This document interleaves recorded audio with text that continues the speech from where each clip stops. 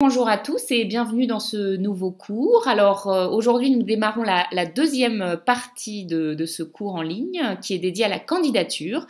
Cette partie se déroulera en 4 chapitres. Le premier sera consacré à l'annonce, l'offre d'emploi, le second à la lettre de motivation, le troisième chapitre sera consacré au CV et la quatrième partie, eh bien, ce sera les conseils pour réussir l'entretien d'embauche une fois qu'on a été invité. Donc, nous démarrons par l'annonce, l'offre d'emploi. Pour parler de cela, nous sommes aujourd'hui avec Nathalie Fèvre. Nathalie Fèvre qui est recruteuse pour Eurojob Consulting depuis 5 ans et qui va d'abord nous expliquer comment lire et décoder une annonce d'emploi. Nathalie, bonjour. Bonjour Cécile. Alors Nathalie, l'offre d'emploi, c'est souvent le premier contact d'un candidat avec une entreprise. Une lecture approfondie s'impose, c'est une évidence, mais parfois ça peut être mal fait quand même. Quel est le risque de négliger cette étape et quels sont les éléments importants auxquels je dois faire attention ? Oui, effectivement. Donc, il est tout à fait primordial de rassurer l'entreprise. Donc, on va vous expliquer par quelles étapes vous arrivez justement à apporter ce besoin de sécurité à une entreprise employeur potentiel. Voilà, alors l'entreprise, elle a écrit son offre d'emploi. Elle envoie donc des signaux aux candidats.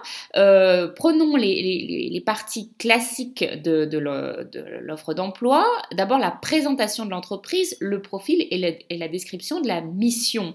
Est-ce que tu peux, Nathalie, nous expliquer ce qu'il faut bien, les messages un petit peu cachés qu'il faut comprendre dans cette première partie de l'offre d'emploi? Oui, tout à fait. Donc, le premier volet est consacré en effet à l'entreprise et à sa présentation, donc Beschreibung des Unternehmens, qui va donc vous parler de la gamme, mais aussi du secteur d'activité, donc de la branche, et vous permettra donc de découvrir si vous avez des similitudes dans votre cursus. Avez-vous déjà été en contact avec ce type d'activité? Ça, c'est très important, hein, si j'ai bien compris. Tout à fait, puisque vous rassurez donc l'entreprise en indiquant que vos compétences sont similaires à celles qui est son cœur de métier.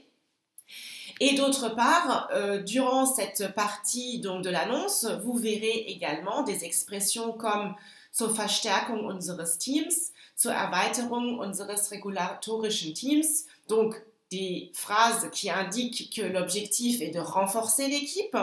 Vous pouvez donc comprendre ici que le recrutement intervient dans le cadre d'une expansion, par exemple, même si le contexte reste bien entendu à préciser en entretien.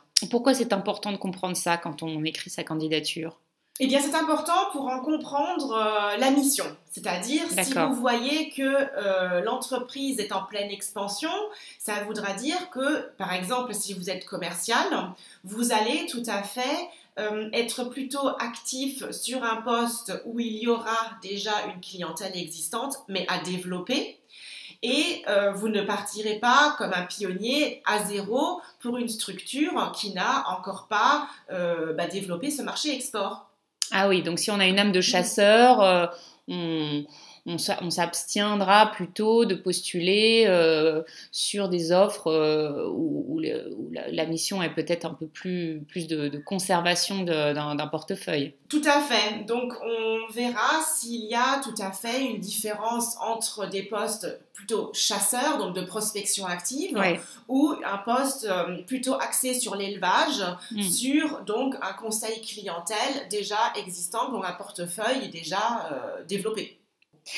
Alors, si nous passons maintenant à la seconde partie de l'annonce, celle qui est dédiée aux candidats et à ses qualifications, c'est une partie qui a parfois tendance à décourager un peu les candidats. Enfin, moi, personnellement, j'ai toujours l'impression de n'avoir jamais toutes les qualifications qu'il faut. Mais peut-être tu peux nous donner quelques conseils pour bien lire cette partie-là et bien comprendre ce que l'employeur recherche, Nathalie. Tout à fait. Donc, je voudrais parler donc, en premier lieu des compétences requises du point de vue de l'entreprise. Voilà. C'est-à-dire que la tâche, Aufgaben, Verantwortungsbereiche sont décrites, bien entendu, par l'entreprise qui a une idée très concrète du candidat qu'elle souhaiterait recruter. Elle souhaite trouver dans l'idéal quelqu'un qui, justement, par souci de sécurité pour l'entreprise, a déjà tout vu, tout fait et connaît le secteur et la branche. Bien évidemment. Voilà, mais d'un autre côté, il y a un dilemme dans la mesure où le candidat, lui, cherche à évoluer par rapport à son poste actuel. Donc ça veut dire que le candidat va plutôt rechercher un entretien avec une entreprise qui le fera évoluer par rapport à des activités déjà réalisées aujourd'hui. Donc quelqu'un qui n'avait pas d'expérience managériale jusque-là, par exemple, cherchera à diriger une petite équipe. Donc, il faut pouvoir trouver une annonce qui va pouvoir vous motiver justement à y postuler, tout en rassurant l'entreprise sur les compétences et sur le fondement de votre expérience qui va être la base de ce que vous allez pouvoir vendre à l'entreprise pour qu'elle vous recrute. Alors, comment est-ce qu'on solutionne un peu ce dilemme? On postule... Comment est-ce qu'on postule finalement Mais aujourd'hui, vous avez toutes les cartes en main, dans la mesure où en Allemagne, il y a une situation quasiment de plein emploi, c'est-à-dire que le personnel qualifié est très rare. Donc, vous pouvez être certain qu'une entreprise va prendre en considération des dossiers de candidats peut-être plus juniors que ce qu'elle n'avait espéré, et vont vous permettre donc d'accéder à ce type de poste qui vous permettent d'évoluer. Très bien, c'est encourageant.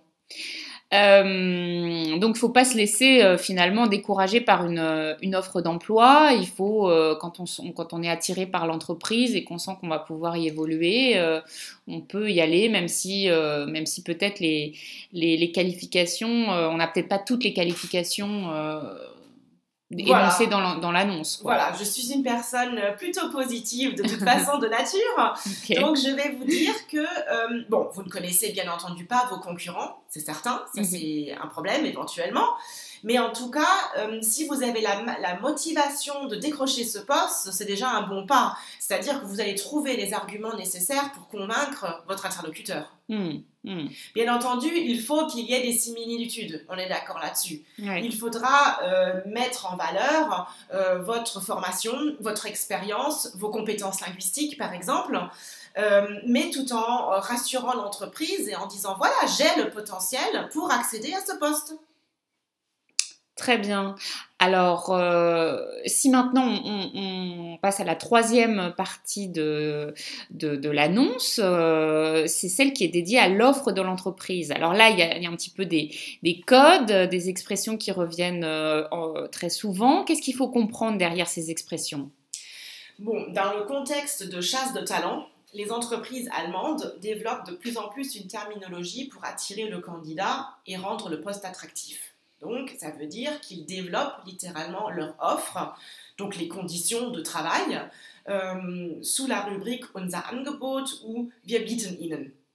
Voilà, donc vous pouvez attendre d'une entreprise dynamique qu'elle va vous offrir toutes les prestations que son succès lui apporte, c'est-à-dire que vous seriez entouré de collègues agréables et compétents, que vous serez formé de façon exhaustive, vous bénéficiez d'une formation initiale vraiment planifiée, structurée, qui vous permet d'avoir toutes les possibilités ensuite en main pour développer vos compétences, et que vous aurez des possibilités de formation professionnelle continue, par exemple.